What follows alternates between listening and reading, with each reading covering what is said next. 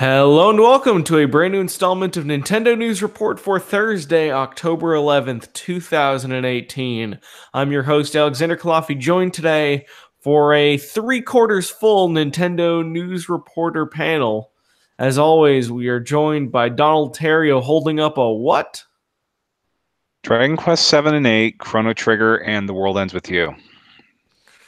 Name 4 RPGs Square has effed over. That is very somewhat slightly sort of very resentful Donald Terrio about a game he Yeah, just had to review. trust me, I did not. Most of the reason that I'm angry about it, but we'll get into this later. But most of the reason I'm angry about it is because The World Ends With You is one of my 5 favorite games of all time, and then Final Remix happened. Oh, and also joined by one Mr. Justin Berube. Hi.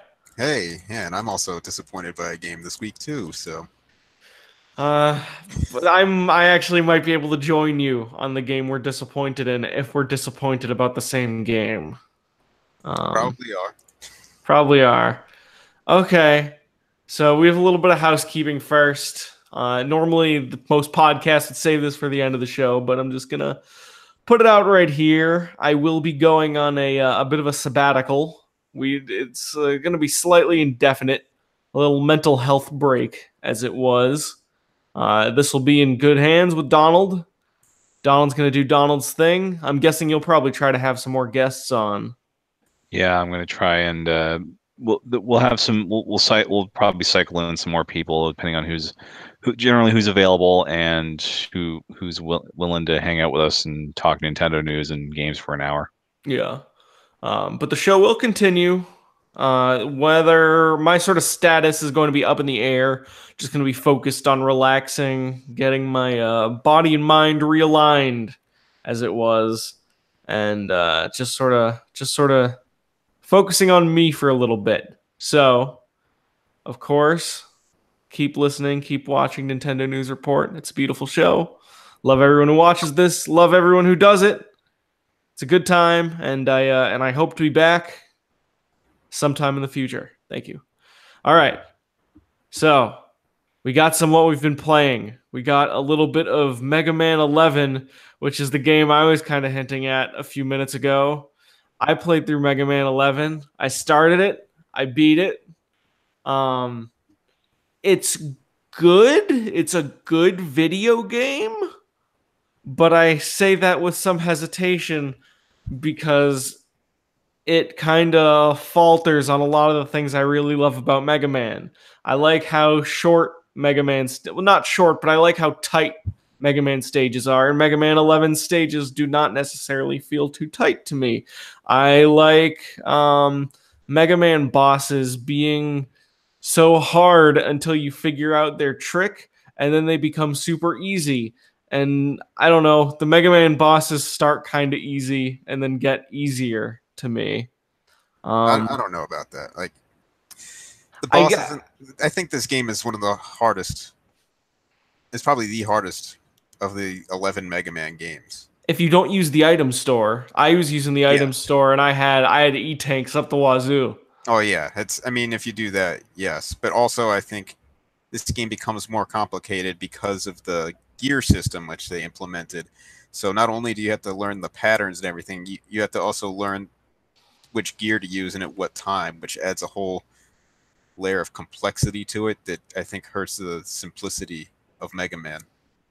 Yeah, I found myself kind of disliking the gear system by the time I beat it. Um, I'm guessing you sort of felt similarly. Yeah, I mean, I think everything I got from playing the demo, because I played through the demo several times to really get a feel for this game, and everything that popped up in the demo is a problem, only continued throughout the final product. Yeah. I think it has a pretty good final chunk, though. I don't, I wouldn't agree. Really?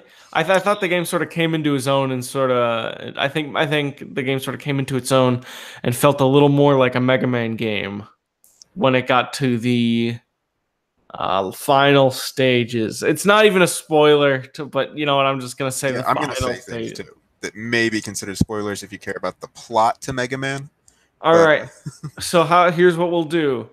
We'll do a 3-minute pause. It's yeah, 10:11 p.m. Eastern time. If you don't want to hear spoilers for Mega Man 11, if they exist, come back in 3 minutes. I will be timing Justin. yeah, I think it's more plot, but that doesn't really matter in my opinion as much. Uh, so you said you like the last few stages, but the last few stages I think all had the same music for each level. I wasn't even paying attention to the Yeah, music. which is ridiculous to me. Like it just seems super lazy, especially when other Mega Man games all had different songs from what I remember for each Wily stage. And I was very, very, very disappointed with the exclusion of Proto Man and Bass not being even like referenced in this game one bit. Yeah. And I think spoiler wise, that's everything I was going to cover there. Okay. Yeah, So we got 2 more minutes. yeah, Dr. Wily, huh? No, I liked it. yeah. I like that chunk, I think, because I cheesed all of the bosses to get to Wily. Um, so I did the thing where I had all the E-tanks loaded. So if I didn't have the weapon I needed, I still got through each level pretty handily. Hmm. And I liked the boss rush that they had at the end, which isn't really a spoiler because every Mega Man game does it. Yeah. But I liked the boss rush because it actually forced me to consider the weaknesses of each boss. And that I felt like that was the only time in the game, including the Wily fights, where I actually felt especially encouraged to give a damn about the weaknesses of the robot masters. Well, I always try to figure out the weaknesses because that makes the fights a lot easier. The bosses, I think, are very hard in this game if you don't have the weakness. Or if you don't use the tanks and whatnot Yeah, that the yeah. store gives you. Like, I'm saying in general, if you're not just loaded up on E-tanks, Yeah. the bosses are very difficult without the weakness. But one weird thing I noticed in this Mega Man game, which I don't think is present in any other Mega Man game, if you go in order of that boss rush at the end, or if you go in order, each robot has the weakness of the robot before it. If you go in the correct order of the tanks. What do you mean? So, like, you know how they have like the 8 tanks set up to go Yeah, into? yeah, yeah. Yeah, the first one I think is Blockman, and then the one after that going left to right, top to bottom. The one after that is Blockman's weakness, and then the next robot will have been that robot's weakness. That's a little cheesy. I didn't even notice that. Yeah, Because normally when I do the boss reunion in Mega Man games, I'm going around. I'm doing it like counterclockwise, so I probably yeah, wouldn't have even seen that. yeah. If you go clockwise, the basically each robot is the next. Each next robot's the weakness, which I don't think they did that. I can't remember them doing that in any other Mega Man game, which also made it seem weird to me. But like Um, I've talked about other things that bother me in this game. Like I think the sound design in this game is abysmal. The music isn't very good, and I even tried turning on the DLC pre-order bonus tracks that are all done in piano style or whatever, and I didn't like those either. I think a lot of the sound direction is bad. Like they don't stop or make it clear when you pick up health items like in other Mega Man games. It's just harder to know what power up you're running over, even like accidentally when like the action gets tight. The sound isn't very good, so it's hard to know when you have like a fully charged shot because there's not like a distinct ping or anything like that. And also, I don't know if you found this to be an issue, Alex. If you do go in the shop a lot, which you're encouraged to do, really, you can eventually make it so when you use your speed gear, you don't slow down; you move the same speed. yeah, I got that one. It's Yeah, pretty and good. yeah, it's extremely good. Like if you just keep doing that, and if you also get the thing where it takes less time to cool down the gear Yeah. system, you could just like keep toggling that on and off, not like really fast, but somewhat fast, and almost just like zoom past everything. Mm. It's it really changes the difficulty scale in this game from somewhat hard to a joke. Yes, I agree with everything you're saying, Justin. I think it is still a very competent 2D platformer. I think it's amazing that there's a Mega Man 11 that exists and that it is a competent platformer. I think there's a lot they can work with for a Mega Man 12. I don't think this is by any means like a done sort of thing. I'm guessing the game is going to sell well enough for them to justify a 12. And I found it to be a very competent 2D platformer, but I was disappointed because at the end of the day, that's all I found it to be. Yeah, I mean, I feel kind of disappointed. It's not a bad game. I'm not going to say it's a bad game. I'd probably give this game like a 7.5 if I were to rate it. Yeah. But I feel like it is lacking polish. That if they just like let a few people play it and got feedback, they could have improved this game vastly. And coming off of Mega Man, even though it's been like a decade, I think coming off of Mega Man 9 and 10, which I think are extremely good Mega Man games, this is a bit of a letdown.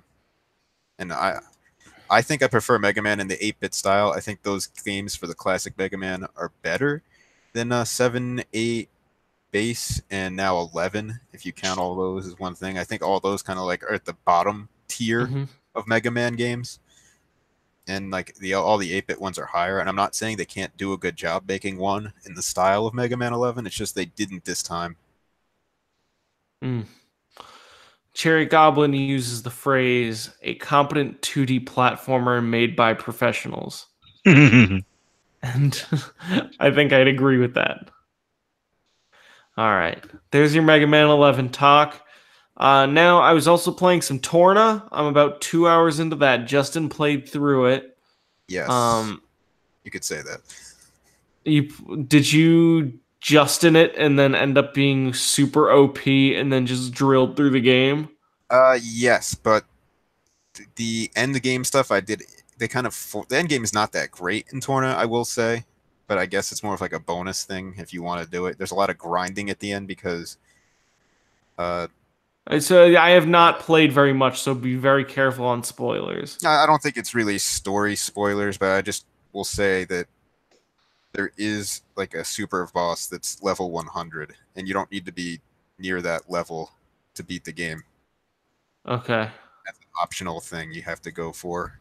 But I basically 100%ed the game without doing New Game Plus. There's like some, like the regular new. I could talk about this because it's just like general information if you go to start it. If you do New Game Plus, they add like an extra affinity tree for each character, kind of like they did in the main game. They did that with the main one. So that's the only thing I really didn't do. I didn't do New Game Plus because after you take out everything, and you know they're not going to be adding any content, it seems kind of pointless to go back through that. Yeah. So did you like it? Yeah, I did. I think they made more Xenoblade 2 and put it in Xenoblade 2. And the new battle system seems like a streamlined version of a lot of the stuff that works in the base game. I think sometimes it simplifies it, not to a negative extent, but I do sometimes wonder if they oversimplify some of the battle systems in parts, but leave some of the other super complicated stuff. So I felt like there was a contrast there, where they tried to simplify it, but still left a lot of the complexity in the game. The story stuff's pretty good, and to me, it comes across as an actual well-done prequel. Like almost, I guess Better Call Saul is my sort of standard for what a good prequel is. And that's kind of how I feel playing this, where even though we already know what happens to basically every character in the game going in to some extent, I was still very interested in the characters and very interested in the story and very much sort of eager to see what happens next. Now, granted, that's only 2 or 3 hours in, but I'm hopeful to play more. I don't know. What was your take? Basically what you're saying. I think it's a great prequel, just like the Star Wars prequels. And all right, maybe not episode 1. We don't need to get into that. The other 2 I think are fine. All right, and I stand by that. But anyway, I think Torna is really fun. If you enjoyed the story of Xenoblade 2, you should definitely play Torna. Nintendo keeps trying to pretend you can start off with Torna, but I think that's a terrible idea. Yeah. I mean, they give you the tutorials and everything, so like you can. But I think there's going to be things references you really don't get or understand if you just start with Torna, and there's like certain plot elements that won't make any sense to you. So it's definitely better to play Torna after you play Xenoblade Chronicles 2. Mm. Going off what you said, how they simplified things, one thing I think they simplified that maybe they shouldn't have or should have done something differently to make it easier is the orb system. You know, Yeah. yeah, I don't know. You probably have you gotten the chain attack yet, or no? No, I haven't gotten to the chain attack part yet. Okay, so something they did with that whole system with the orbs is every time you do a special, and I think it's every time you do a special, and it can be counted as part of the what do they call it? The blade combo. Is that what they call it when they build the three tiers of specials or whatever? Something like that. Yeah, I think it's a blade combo. And every time you do a special and it's within the blade combo, it adds the orb to the enemy. So you don't need, as in the base game Xenoblade 2, you had to finish the whole combo, and the last one Mm-hmm. in the blade combo would add the orb. Now it's just every special attack. Oh yeah, I Yeah, noticed that they adds simplified the that. orb. So you could build up orbs very, very, very quickly, and then chain attack, and you can very easily, if you don't change everybody's element, you can very easily figure out how to get a full burst very easily. It's insane. You can just do massive damage that way. So that may have been something that they simplified too much, but I will admit it's fun to do. Mm-hmm. So I don't know. But yeah, I look forward to playing more, and I'm glad you enjoyed it. Yeah. Definitely tell me what you think about the ending when you get there, Alex. All right, I will. Xenoblade 2 is already like maybe my favorite game of 2018, even though it's a 2017 game. Mm. So I look forward to playing more of it. The World Ends With You Final Remix. Speaking of games we love so much, Donald. Yeah. So as I mentioned, I don't know if I mentioned it while we were live, but The World Ends With You, again, one of my 5 favorite games of all time. And I might have threatened to kill somebody to get this review code. And turns out that was probably a good idea because they promised, like, the initial footage for the game showed that a version of the DS's combat system would be present in the game. But if you're playing the game on TV, you are subject to the whims of the Joy-Con gyro, which, if you check out our review, you can see how much of a gong show that can become. Okay. So the game looks fantastic on TV, but it plays like dog whatever. Mm-hmm. When with those gyros, like you are constantly having to, I am constantly having to recalibrate them. And it doesn't help that the only way to get the partner in there to actually do motion beyond one motion is to bust out the second Joy-Con and play the game co-op. So you try, it's like trying to, pat your head and rub your stomach at the same time. So it tries to appropriate the actual motion. It tries to appropriate the touchscreen control via motion control, which sounds like it's a very valid point of frustration. My question is, how does it run in handheld mode? In handheld mode, it runs perfectly fine. In handheld mode, it is basically like the iOS and Android versions of the game that came out, I think, in 2012. Runs smooth as butter, but I will definitely recommend you pick up one of these, a capacitive stylus. And then does that just turn it into the DS game, basically? It turns it into, it's a little finer control, and you're not, smudging your screen all the time with doing the motions, because there were some of the attack pins in the DS game were microphone controlled, so they have changed those into either scratching, circling, or however you want to do it.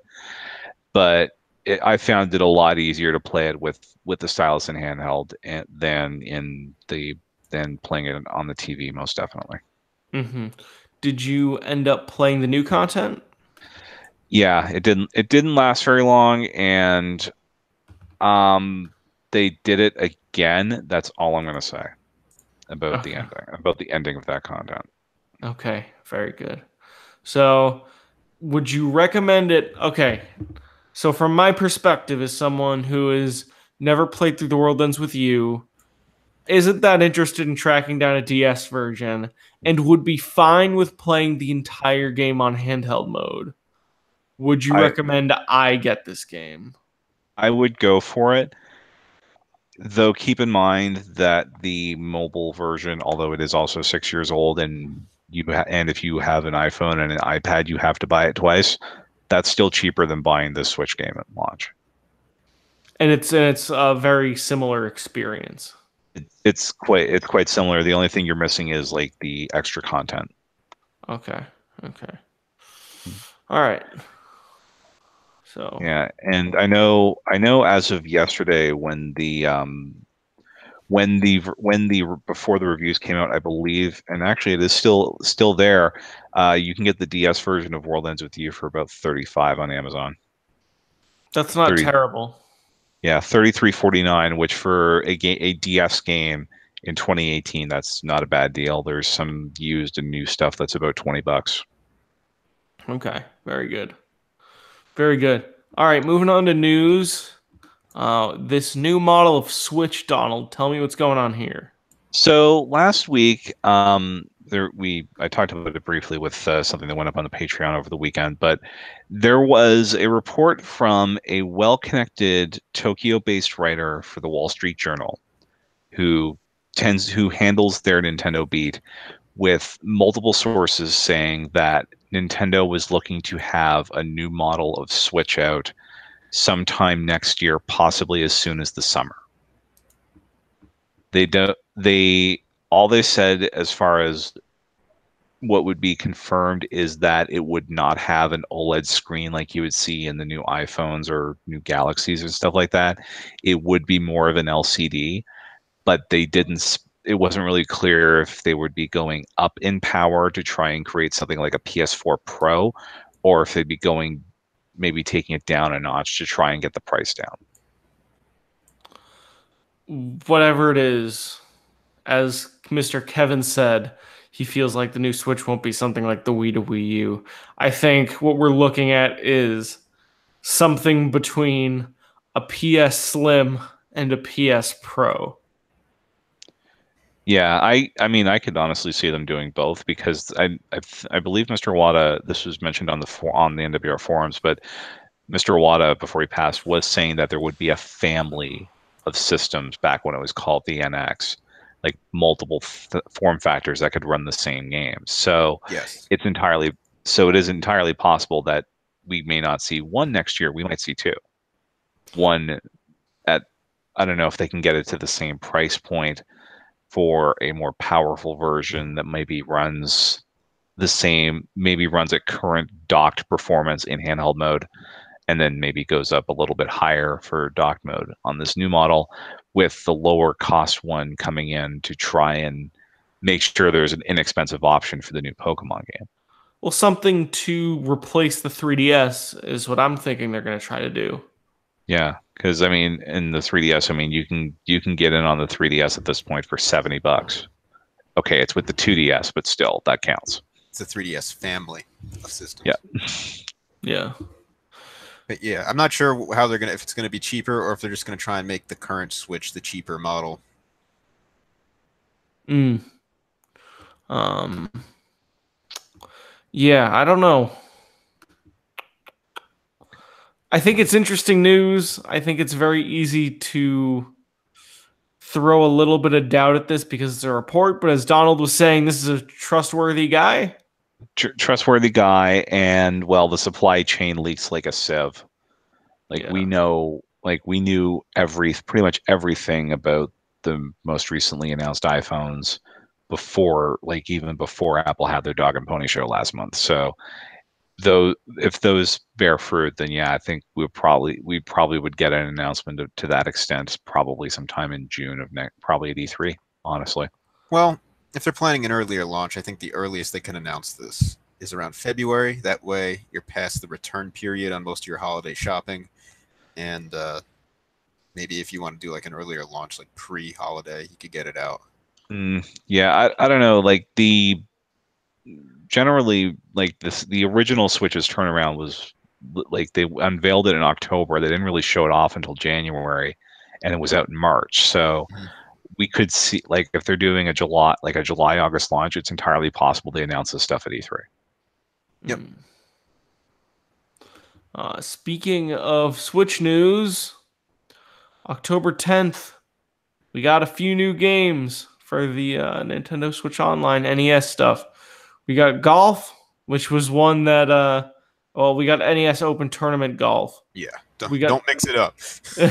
we got Super Dodgeball, and we got Solomon's Key. Was NES Open Tournament Golf the one that was in the system with for Iwata? No, Or that was That regular golf. wasn't it? yeah, like NES Open Tournament Golf, I think was a 90-91 release here, Yeah, something like that. whereas yeah, and golf like the golf that was on the Switch firmware initially was basically a black. It would have been a black box game.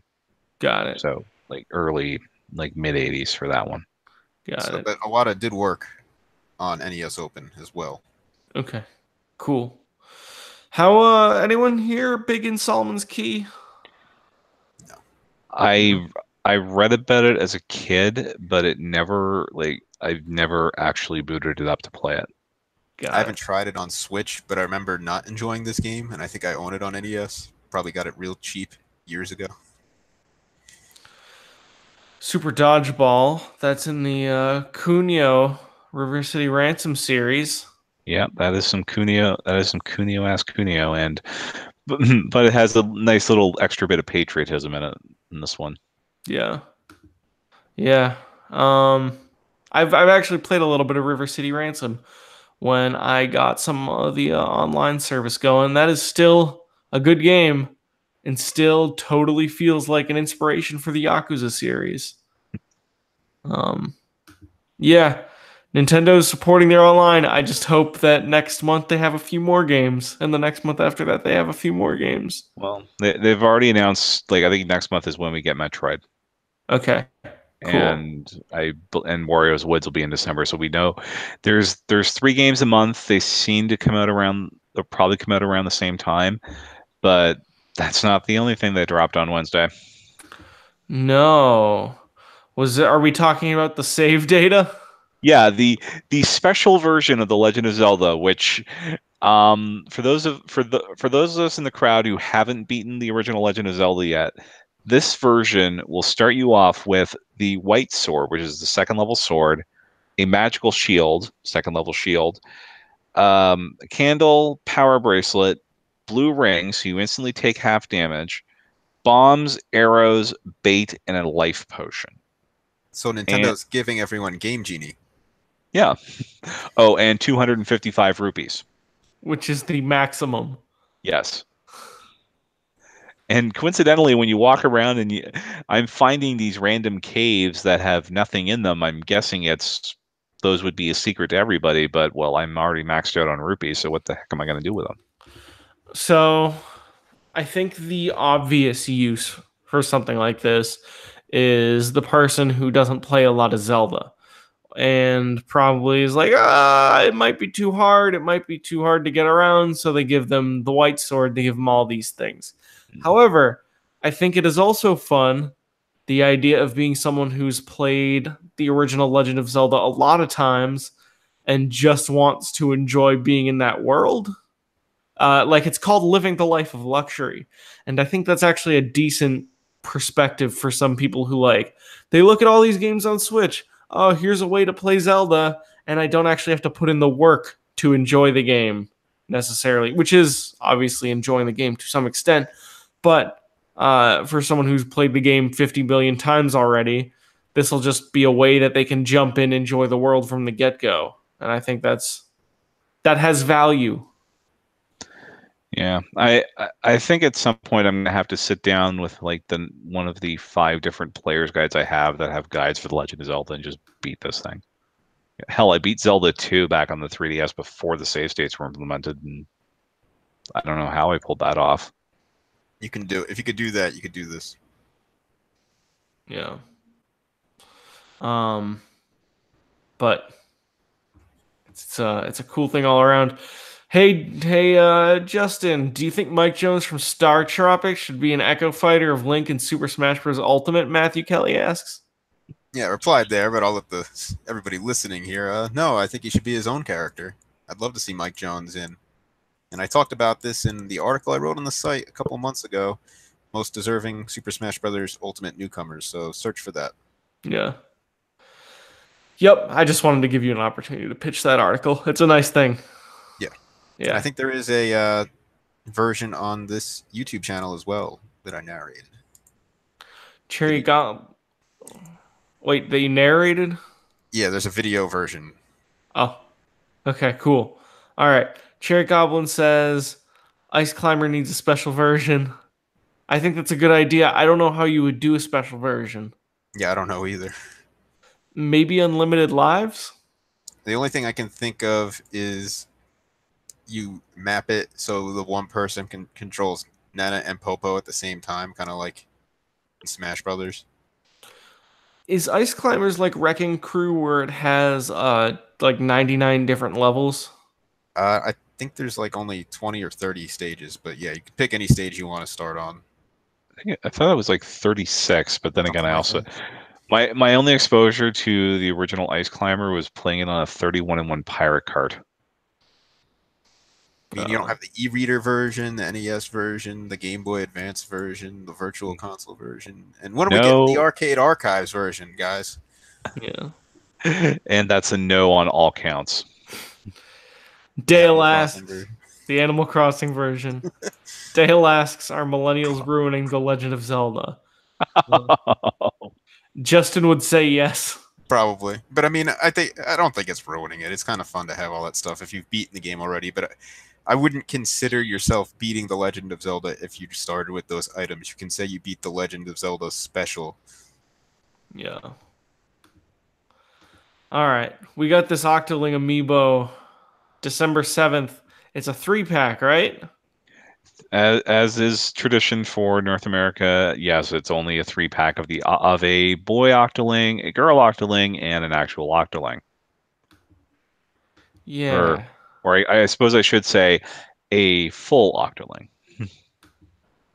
Oh yeah, it's got the little octopus in the middle.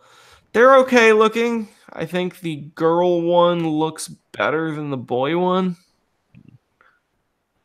which is also a tradition. Yeah. I think the octopus Octoling actually might be the best one of all. I like its little ink sort of J shape it makes. Yeah, some good looking amiibo. December 7th. And they seem to unlock Halloween costumes for some reason. Yeah. That is one creepy ad mascot they showed in the trailer. Yes, it was. All right, so there's that one. Fitness boxing, early 2019, January 4th, in fact. Yes, perfect for those New Year's resolutions that you'll inevitably break. For sure. Imagineer, what games did they make, Donald? Check your lineup here. I'm getting a lot of Walt Disney results here. Yeah, because I looked this up. These video games. Japanese company. Here we go. They do Hello Kitty. They did ports of Lemmings. They did. I don't know. They did some porting of SimCity and the Game Boy version of Wetrix. Mainly, they do Hello Kitty games. This is not a game that was a Wii game before. This is original to Switch. This is a new company. Yeah. Okay. They're a brand new game as far as I can tell. It's similar. It seems similar to like EA Sports Active from around that time, but more focused on the boxing part and using the Joy-Cons for the motions. Do we know who's publishing the game overseas? That's Nintendo. That's how we got the release date. Imagineer is going to self-publish it in Japan, but outside Japan, it was actually confirmed in Nintendo's last financials that they're publishing this game. Got it. Yeah, it's a neat little game. I thought it was interesting that they put out a whole press release devoted to it. But fitness boxing and a new Super Mario Bros. U gonna make for a fantastic January. Yeah, so you use all that gift card money on Switch games. Yeah, yeah. All right, we got some new Pokemon Go news, don't we, Justin? Have you been following it? I've been following it. I haven't played Go in a long time though. Okay. So you're just following it just to follow. Yeah, I mean I'm getting Let's Go, but Yeah. I mean Pokemon Go became very difficult for me to play, especially since they nuked the park I like to play at. They basically took away 90% of the stops and gyms because too many people were going to the park, I guess. So, Mhm. yeah.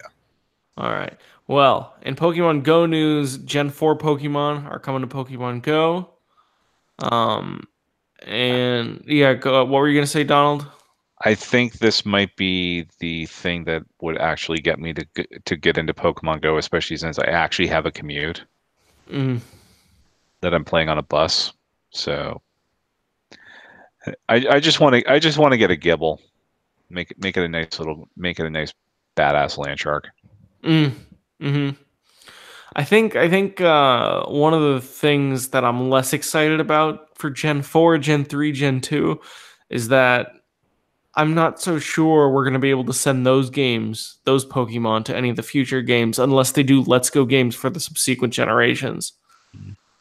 Um, I mean, they were originally talking about around when Sun and Moon were coming out that there was going to be some sort of integration between Go and Sun and Moon. That never ended up happening. So I wonder if we're going to have to use Go to get anything like probably Gen 5 and back into the Switch Pokemon games next year.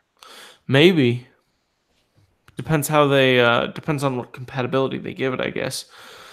But yeah, Gen 4 Pokemon coming to Go. Also, gameplay balances to address player feedback, CP defense, stamina, and HP adjustments. So there's that stuff, which is cool. And in other news, Pokemon Go, Melton has they teased a new form for it, which looks a lot like the Z-Guard 100% form, at least initially. And the way you're going to be able to get Meltan is through a mystery box that you get in Pokemon Go. So the way it works is, Donald, and correct me if I'm wrong, you transfer Pokemon from Pokemon Go to Pokemon Let's Go. You get the mystery box. Then Meltan appear in Pokemon Go. So then you can catch Meltan in Pokemon Go, and then you can send those Meltan to Let's Go. And Yeah, also, after a certain point, the mystery box will close.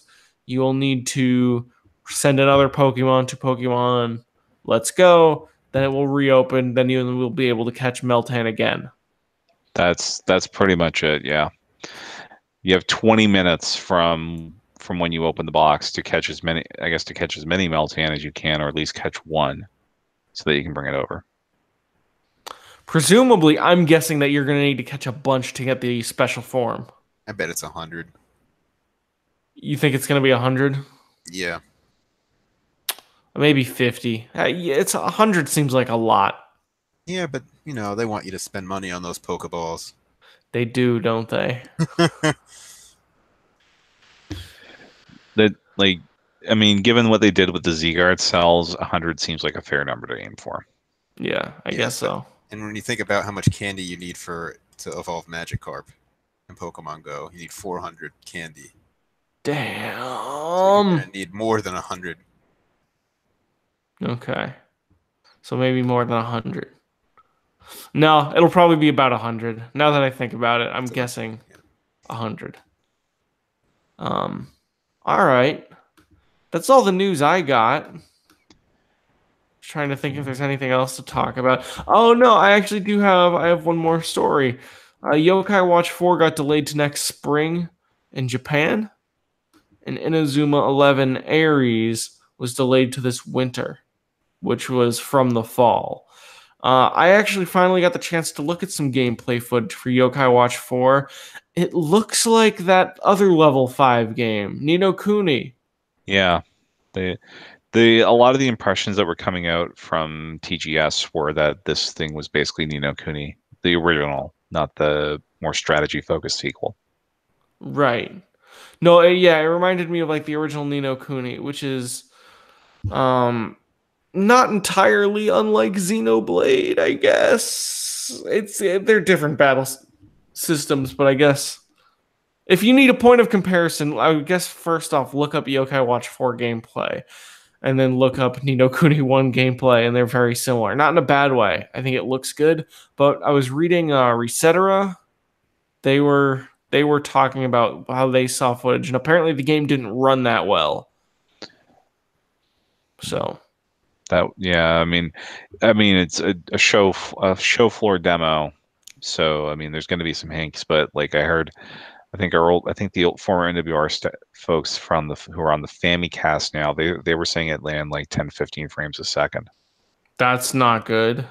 If that, yeah, at that point, it's like there is no bloody way this is coming out in December. Yeah. Which, I mean, bad break for level 5 that like Yokai Watch has to miss Christmas, but I don't know. Maybe getting out of the way of Let's Go a little bit will help the sales for that in the long run. Yeah, it could. But I believe that's all the news we have for this episode of Nintendo News Report. Thank you so much for listening. Thank you so much for watching. As always, you can check us out on Twitter at King Nintendo Fan, at Donald Mick, at Kulafia. Go to NintendoWorldReport.com, read some reviews, read Donald's review of The World Ends With You Final Remix. You can also read some reviews of other great Nintendo games. Also, check us out on Patreon, patreon.com/NWR. Support the site that supports this show. And thank you so much for listening, for watching, all that good stuff. See ya. Bye. Later. Make Mega Man 12 8-bit.